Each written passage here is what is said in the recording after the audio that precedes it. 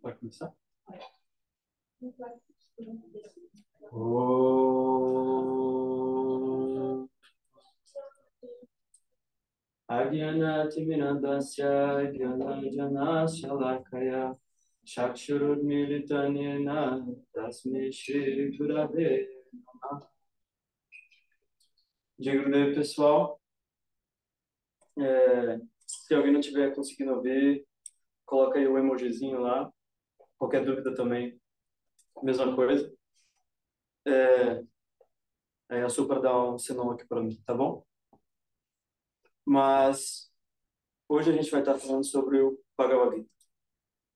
O Bhagavad Gita tem cada vez mais tido mais e mais importância, mais e mais influência, por assim dizer, até no meio social.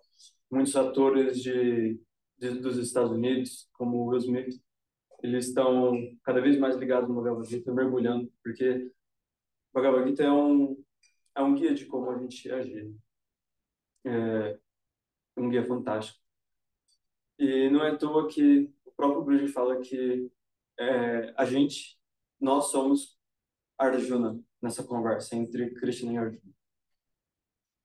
E Bhagavad Gita é muito importante, como eu já disse, porque é um guia, é um estilo de vida, e também por Guruji, ele cada vez mais ele pede para a gente estudar. E não é à toa que ele também deu aqui todo domingo, quando que é super? Todo domingo. Todo domingo às 4h30. Isso.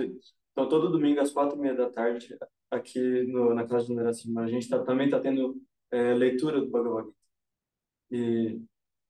E ele quer que cada vez mais a gente se aprofunde no Bhagavad Gita.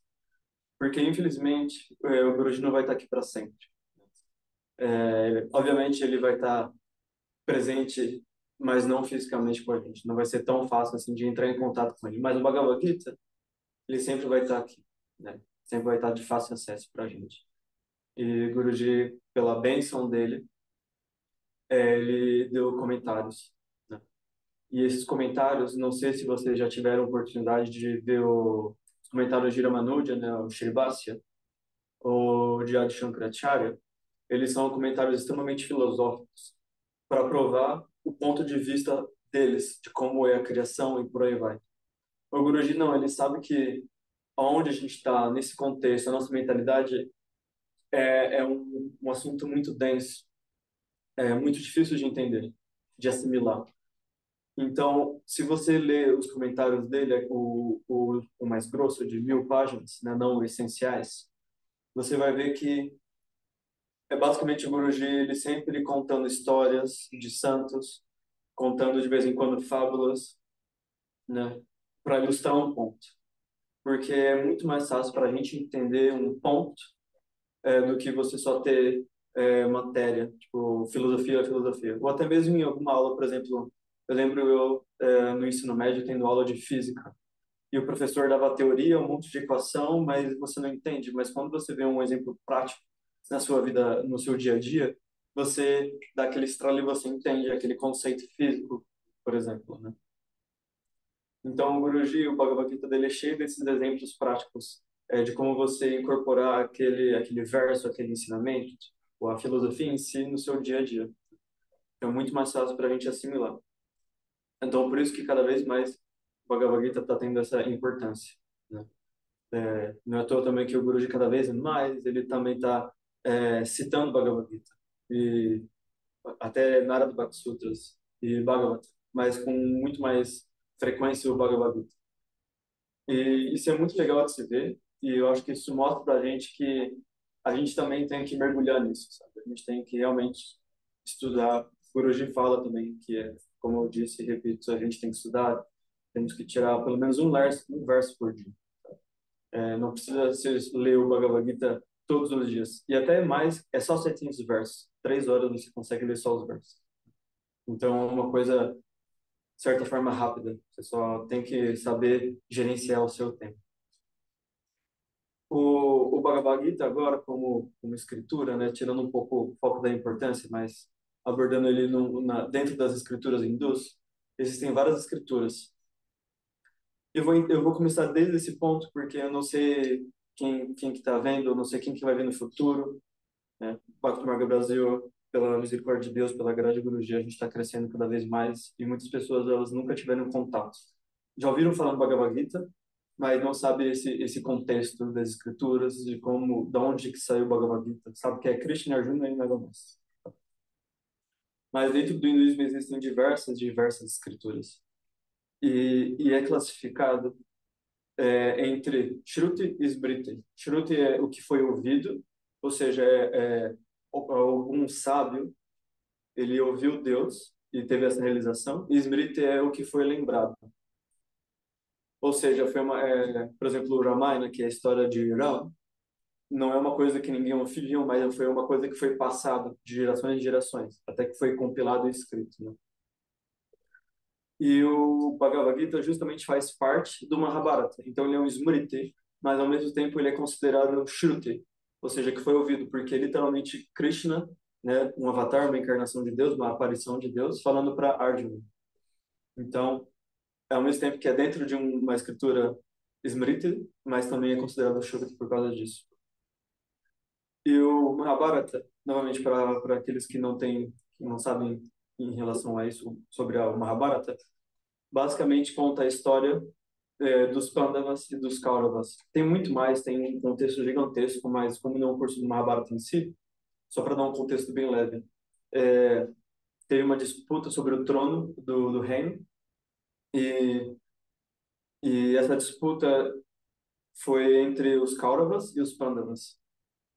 E eles queriam saber quem que os Pandavas tinham direito sobre o trono, mas os Kauravas eles queriam ter o trono para eles. Então teve uma série de eventos até que chegou na guerra. E no dia da guerra, em Kurukshetra, que é o local, é, Arjuna estava na. Não é carroça, como é que é o nome agora? Carruagem, obrigado. Na carruagem dele e pediu para Krishna, que era o cocheiro, obrigado. Pediu para ele se dirigir até o meio, entre os batalhões, né? Entre os lados dele e o lado oposto. E porque ele queria analisar quem estava em ambos os lados. E o Bhagavad Gita, o Guruji fala, e muitas outras pessoas falaram, que, na realidade, quando Krishna faz isso, é como se nós estivéssemos fazendo uma autoanálise. A gente está vendo nossas características boas, as qualidades boas e as qualidades ruins. Egoísmo, medo, ou é, fé, devoção e por aí vai. Então, tem essa divisão.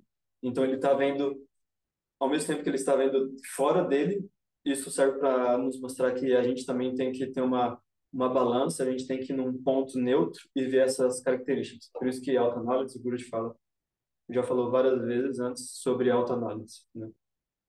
Que é que uma pessoa que realmente está no caminho espiritual, a gente tem que fazer autoanálise. E é muito simples também.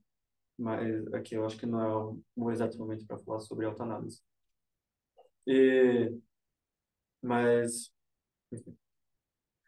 então, nós somos Arjuna. Por mais que o Bhagavad Gita, o Mahabharata, ele foi há milhares de anos atrás, é ainda uma escritura muito atual. Ainda mais com esses comentários desses gurus, desses mestres, sempre atualizando. Principalmente, como eu falei, com os comentários de Guruji.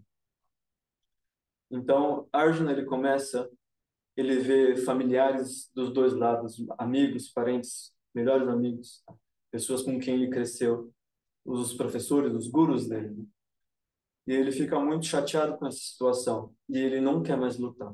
Ele não quer mais participar dessa guerra. Então, ele começa a dar desculpa para Krishna. Fala assim, Krishna, eu não quero mais lutar isso. Eu estou vendo essas pessoas relativas. Isso não é correto de se fazer. Isso é uma transgressão. Isso vai contra o Dharma, né? Então, ele começa o capítulo 1, chama Arjuna Fechada Yoga, que é as lamentações de Arjuna. Ele só está literalmente lamentando. Ele está dando desculpa para não lutar. E, e Krishna só ouvindo, sabe? Porque às vezes quando ele fala pouco, porque ele só está ouvindo e a pessoa que está se consultando que geralmente fala os problemas, fala o que está sentindo, e é basicamente isso.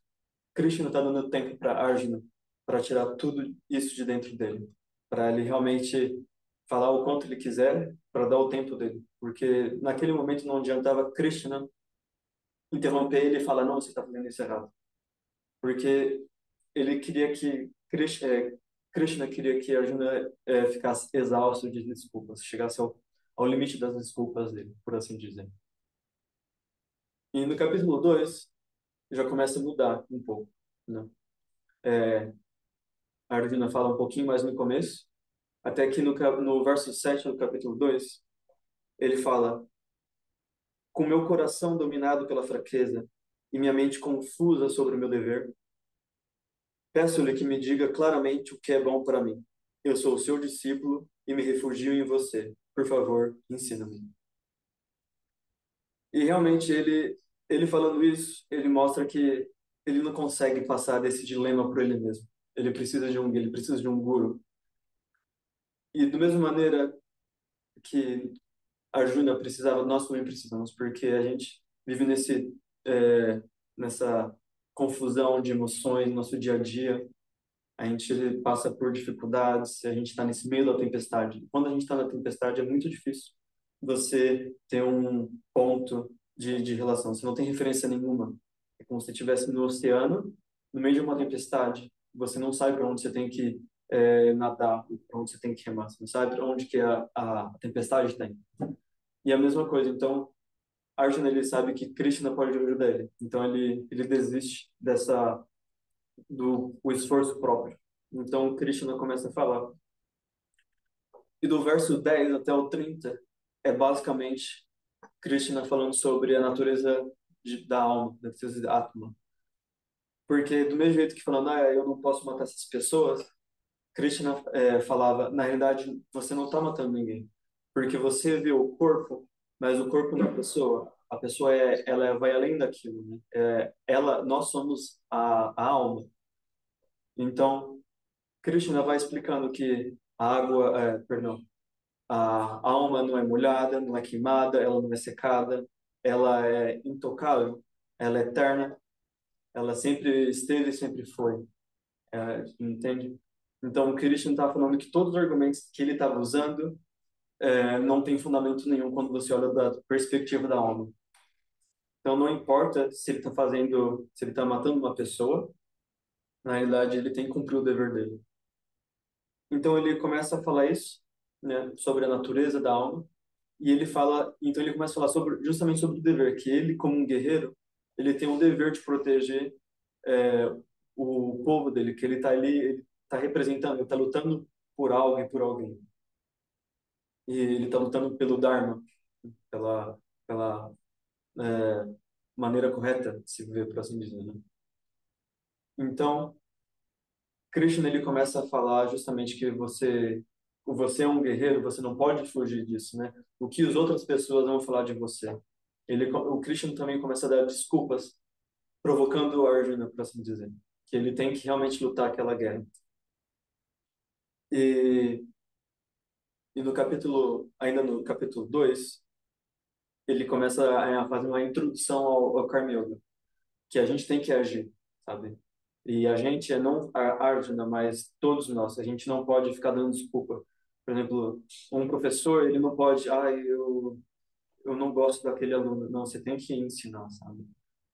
Ou uma pessoa, é, um próprio policial, ele tem que fazer o dever dele, sabe? Realmente, um policial que tem medo de ir agir, ir para rua, ele tá deixando de proteger um cidadão, né? Então, ele é o dever dele. E também, quando ele começa essa introdução do karma, ele fala uma coisa muito importante no verso 47, que a gente tem o direito a agir, mas a gente não tem os direitos, os frutos da ação, né? Então, por exemplo, o dever de um policial é proteger o cidadão. Ele não tem que esperar que uma pessoa vai, assim, muito obrigado por me proteger. É a mesma coisa. Um exemplo que eu ouvi Somes falando é que você não vai agradecer um carteiro por ele estar fazendo o trabalho dele, porque é o trabalho dele já, sabe? É, e por aí vai, sabe? Existem vários exemplos. Você não vai agradecer um médico que te receitou um remédio, porque é o dever dele. assim como é nosso dever aqui, tá em Sangha, ajudando um ao outro. Tá? Nosso objetivo é alcançar Guruji, aos pés de Guruji, né? E ao mesmo tempo suportar um ao outro. E também Krishna, ainda nesse capítulo, ele fala coisas muito importantes. Eu não tenho tempo para falar sobre tudo, inclusive eu vou pular muitos capítulos, mas no verso 62 e 63 ele fala: quando alguém delibera sobre os objetos dos sensos, dos sentidos, por exemplo, o paladar, o objeto é a comida. Então, quando alguém justamente se delibera sobre os objetos dos sentidos, o apego surge. Do apego vem o desejo, do desejo surge a raiva, da raiva a ilusão, e da ilusão vem a perda de memória, da perda de memória ocorre a destruição da discriminação, e da destruição da discriminação a pessoa se perde. Tá? E justamente isso só porque, se você for ver bem isso, eu quero comer uma pizza, né, por exemplo. E assim, a partir do momento que eu como a pizza, eu vejo, nossa, essa pizza é muito boa. Então você acaba criando um apego, porque pelo prazer.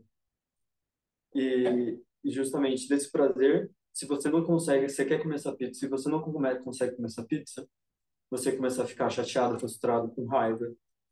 E dessa raiva, às vezes, tipo, você começa, por exemplo, você entra numa ilusão, você cria desculpa. Por exemplo, uma pessoa que está em dieta, fala assim, ah, não, mas eu vou comer uma pizza de brócolis porque é saudável, por exemplo. Entende? Então a gente começa a entrar nessa ilusão.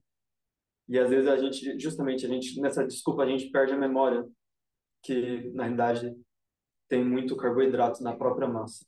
Por exemplo, um exemplo bem bobinho. E, e a gente realmente então decide comer, a gente perde essa discriminação, né? E a gente perde a nossa dieta. A gente perdeu o controle da dieta. Entende? E Arjuna perdão, e Krishna ele dá exemplos nesse sentido de como uma ação lida, chega a outra. E, então toda vez que Arjuna pergunta uma coisa, Krishna responde. Só que, por exemplo, Krishna fala que a gente tem que ter o conhecimento, mas a gente tem que agir. E então no próximo capítulo Krishna pergunta: tá, mas você fala que o que é melhor é agir ou meditar ou ser como é que fala? Um sannyasi, um renunciante. Então, Krishna, ele sempre explica, ele vai tirando dúvidas de Arjuna. E nesses 6 primeiros capítulos é simplesmente é, Krishna explicando sobre a natureza da ação, né? O porquê a gente tem que agir. E, e no último capítulo dessa série, no sexto capítulo, no verso 36 ao 47, Arjuna pergunta, tá, mas e essa pessoa que ela está querendo alcançar essa perfeição da ação e ela não consegue? E Krishna também ele fala que, na realidade, por mais que a gente não alcance a perfeição nessa vida, na próxima vida a gente vai continuar da onde a gente parou. Então, que é uma coisa muito boa, às vezes, tipo, às vezes a pessoa quer realmente, eu quero se dedicar muito, mas é um caminho muito difícil, é um caminho muito árduo. Mas Cristo fala assim, não se preocupa, sabe? A gente tem que agir, mas sempre tem uma próxima vida, sabe? A gente tem umas férias, né? Aqui do planeta Terra, e depois a gente volta para continuar até alcançar essa perfeição. Já no capítulo 7 até o capítulo 12, Krishna começa a falar sobre Bhakti, ele começa a falar sobre a devoção. E, e ele fala que o quão é difícil uma pessoa saber sobre esse caminho, sobre Bhakti. E no verso 3 ele fala, no capítulo 7 ele fala, entre milhares de homens, talvez um busque a perfeição. Mesmo entre aqueles que buscam a perfeição, apenas um pode acabar me conhecendo. E entre aqueles que me conhecem, talvez apenas um conheça-me de verdade. Então, esse caminho, tipo, poucos ouvem falar, ou ainda menos pessoas, eu acho que falei o português, realmente se engajam e outras poucas pessoas realmente conhecem ou ouvem falar e outras pouquíssimas que realmente vão conhecer Krishna de verdade. E então Bhakti é uma coisa muito rara, mas ao mesmo tempo ela é muito simples. Tanto que já agora pulando para o capítulo 9, verso 26, que inclusive é um dos versos que o Guruji mais gosta, se não for o que ele mais gosta. Krishna fala: quem me oferece com devoção uma folha, uma flor, um fruto ou um pouco d'água, aceito essa oferenda com devoção por quem é puro de coração.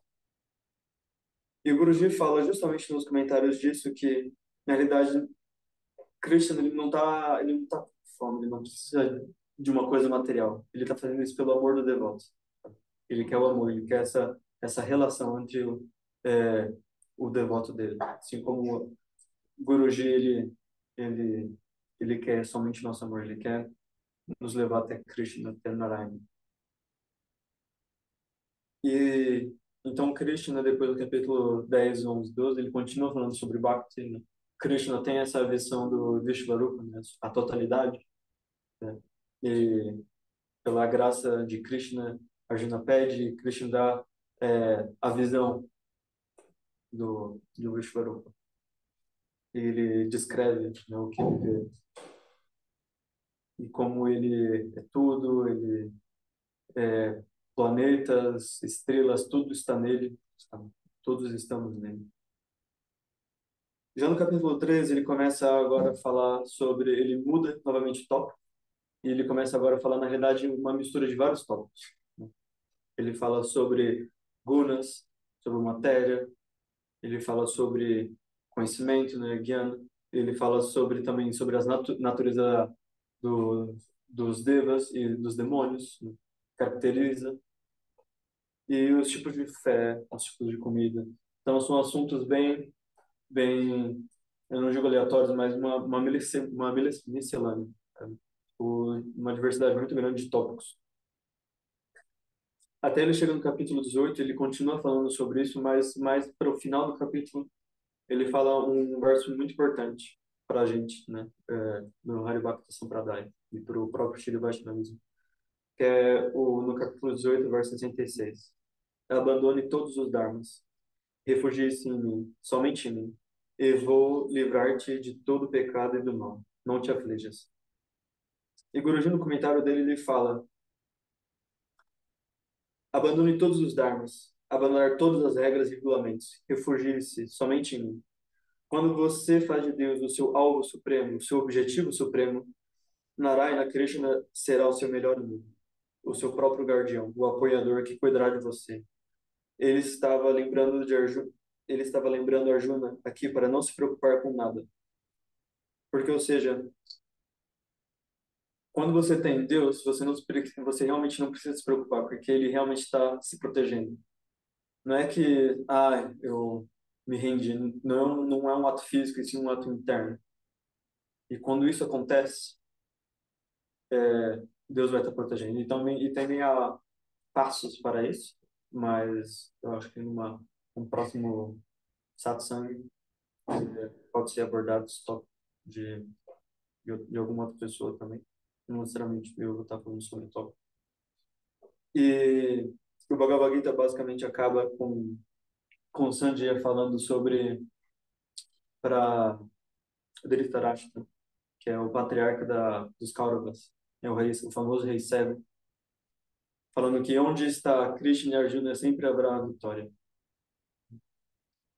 Porque ele presenciou, Sanjay ele tinha a bênção de ver tudo que estava acontecendo na batalha, porque Dhritarashtra ele não estava lá, né? Porque é uma pessoa cega, como falei, e ficou lá e chegou a um ponto que ele ouviu a notícia que na realidade o Bhagavad Gita, por assim dizer, não é uma coisa que está acontecendo em tempo real, e sim Sanjay descrevendo depois que chega a notícia que os Pandavas estavam ganhando. E então ele começa a narrar toda essa série de eventos para Dhritarashtra. E ele fala justamente isso. Onde está Krishna e Arjuna sempre deve haver vitória. E uma coisa muito interessante que o Guruji falou, quando ele deu o Bhagavad Gita, não lembro se foi a primeira ou a segunda vez, ele falou uma coisa também que o Bhagavad Gita ele poderia ser resumido inteiro. Todos os 700 versos poderiam ser resumido em duas palavras. Na época ele não falou o que realmente podia ser resumido. Mas eu acho que foi no último Navaratri desse ano. O Guruji falou que, na realidade, essas duas palavras, em inglês é let go, ou seja, é, deixe ir, por assim dizer, né? Ou seja, é para a gente não ficar pegado. Porque constantemente Krishna, se você for reparar, ele tá falando pro Arjuna desapega, sabe? Você tem que fazer isso, desapega, sabe? É melhor você não ficar pegado, porque você tem que agir. Se você ficar pegado, você só faz sofrer. Se você vai entrar nesse círculo, sabe? Então quebra, desapega, faz o que você tem que fazer, dedica todas essas ações para mim e que eu vou te proteger. Então, Bhagavad Gita é simplesmente não apega e, e confia que Deus vai tomar conta dela aí. Eu não vou prolongar muito mais, porque daqui a pouco também tem Arati. Não sei se alguém tem alguma dúvida, quer perguntar alguma coisa. Não sei. Alguém? Ah, Eu tenho. Eu gostaria de fazer uma pergunta. sim, por favor. É o seguinte, eu achei uma colocação aí que você fez de que a gente não deve agradecer quando a pessoa está fazendo o dever dele. Por exemplo, o paciente não deve agradecer ao médico, porque é o dever do médico atender o paciente. Eu achei particularmente curioso esse exemplo, porque o paciente só ele sabe o que um médico pode fazer para ele, entendeu? Então, assim, a gratidão é uma coisa muito forte, dependendo da situação entre dessa relação. E eu não vejo por que não expressar. Sim, sim. Quem que falou? É porque você estava usando um exemplo para falar. Sim, sim, mas quem que falou isso? Cash. Ah, Cash, não, desculpa, é que eu não estava reconhecendo a voz. Não é que a gente não pode agradecer, obviamente. Desculpa eu me expressei errado. Obrigado por trazer esse ponto. Mas é que cada um a gente tem um dever dentro da sociedade. Obviamente a gente pode expressar essa gratidão, mas a gente não tem que a pessoa que está realizando o serviço, a gente não tem que esperar sempre um agradecimento, sabe? Porque no final das contas é nosso dever. É, imagina se um médico toda vez ele tiver que esperar a pessoa falar obrigado. Imagina se um paciente ele não fala, ele vai ficar frustrado, tipo, nossa, acabei de dar um remédio que vai curar a vida dele, sabe? Porque ele nem falou obrigado, que pessoa ingrata. Eu falei isso mais no sentido para a pessoa que realiza o serviço, para não ter esse apego ao retorno, ao obrigado, essa gratitude, porque não é sempre que uma pessoa vai agradecer, sabe? Porque na realidade é o teu dever realizar aquela ação. Tipo, às vezes uma pessoa tá te pagando para você fazer uma consulta, que seja reiki, que seja uma consulta realmente médica, tipo, você ir no hospital, sabe? Tipo, se você tá pagando, é o dever da pessoa. A pessoa como profissional, não necessariamente só médico, como eu falei, um correio. Imagina se os carteiros for fazer greve porque eles não ouvem obrigado de todo mundo, sabe? Ou os motoristas de caminhão, entende? É, depois que eles fazem uma entrega, entende? É mais nesse sentido, sabe? Que a gente não tem que esperar um obrigado em retorno para a gente estar fazendo uma ação. Mas eu não sei se ficou claro agora. Peço desculpa por não ter expressado da maneira adequada.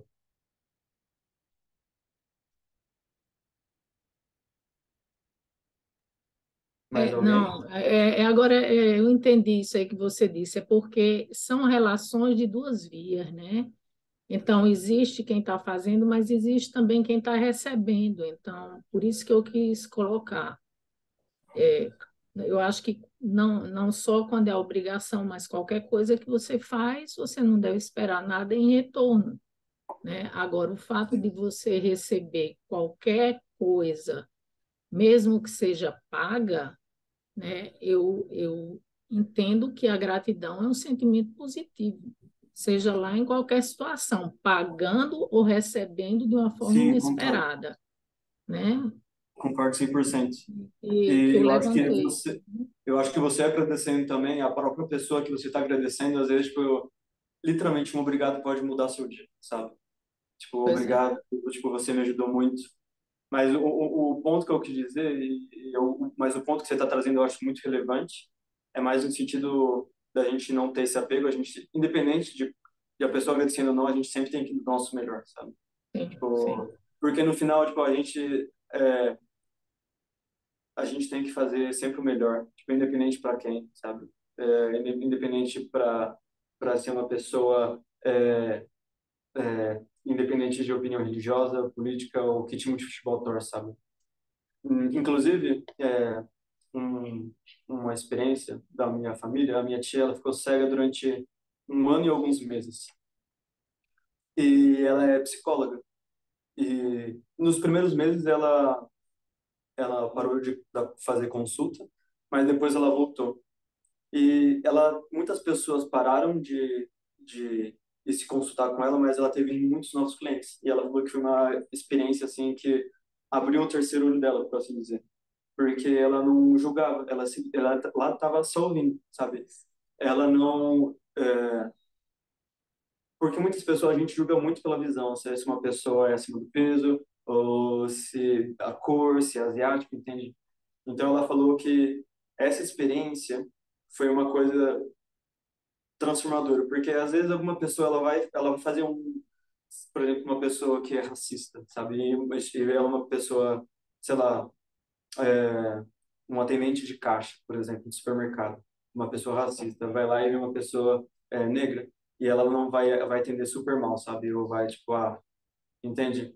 Mas a minha tia, quando ela passou por essa experiência, não tinha esse julgamento. Obviamente, como eu falei, e ela sempre dava o melhor dela, porque ela não sabia quem está na frente dela, ela só ouvia. Mas como eu falei, isso que eu falei é mais no sentido, tipo, de você dar o seu melhor, independente se você está ouvindo obrigado ou não.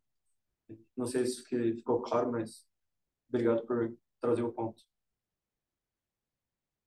Inclusive, eu não quero que ninguém, não estou incentivando ninguém a falar não, obrigado. Eu acho que a gente tem que ter, eu acho que é uma forma de você ser uma educado. Como você falou, a gente tem que ser grato, a gente tem que demonstrar essa gratidão e sempre dar o exemplo. Como eu falei, um obrigado pode mudar um dia de uma pessoa. Valeu, obrigada. Eu que agradeço.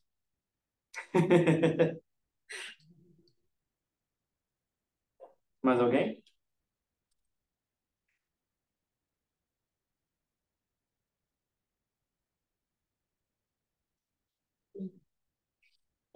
Ok. Eu acho que é isso então. Como eu falei, todo domingo tem o leitura do Bhagavad Gita aqui na casa de Narasimha, às 4h30, certo? Sim. Guruji, ele não falou que a gente tem que fazer, mas é uma forte recomendação. Eu acho que ele falou que devotos têm que fazer, né? Mas aqui, no caso do Narasimha, virou parte da atividade porque o Guruji falou que tinha que fazer. Mas, de modo geral, os devotos também, ele está cada vez mais incentivando a gente a fazer. Então, eu acho muito válido se a gente pode fazer isso uma atividade em grupo, né? E, e é rápido. Quanto tempo que dura uma sessão, mais ou menos? Ou como é que funciona? Varia muito, mas vamos colocar no máximo 1 hora. Mas é um capítulo ou um agrupamento? É. Então é uma coisa muito rápida, eu acho muito válido. E é uma atividade em grupo. Ontem a gente está falando sobre a importância de Sangha em Ubatuba. Então também eu recomendo todo mundo ir visitar lá Ubatuba, que foi uma experiência muito incrível, sabe? E eu acho que cada vez mais a gente tem que incentivar pequenas sanghas, seja através do Zoom, apoiando, sabe? Porque, como eu falei, tipo, um obrigado muda, assim como a presença de uma pessoa lá no Zoom. Eu acho que é muito importante, sabe? Eu acho que é uma forma de ajudar a pessoa que, por exemplo, a gente estava lá com a Elaine e ela estava super feliz que a gente vai visitar ela e tá fazendo atividades pelo Zoom também. Eu acho que é uma maneira, não é todo mundo que tem os meios financeiros para ir visitar uma sanga, seja em Santa Catarina, na Bahia ou aqui em São Paulo, mas eu acho que o Zoom é uma atividade muito importante. O Guruji está dando exemplo também até de fazer darshan pelo Zoom. E, sabe, eu acho super válido a gente fazer esses encontros. E espero ver vocês com mais frequência. De Gurudev, pessoal. Obrigada. Jai Gurudev, gratidão. Haribo. Om Haribo, Shanti Shanti Haribo. Shanti. Shri Guru Dev Namaha. Jai Gurudev. Principal Satgurudev Shri Swami Maha. Ok. Jay. Jay, Jai Gurudev. gratidão, gente. Jai Obrigado. Gurudev, gratidão. Jai Gurudev, grata, boa Jai noite. Gurudev, Om obrigada. Narasimha, pessoal. A brisa lá. Todo mundo bem?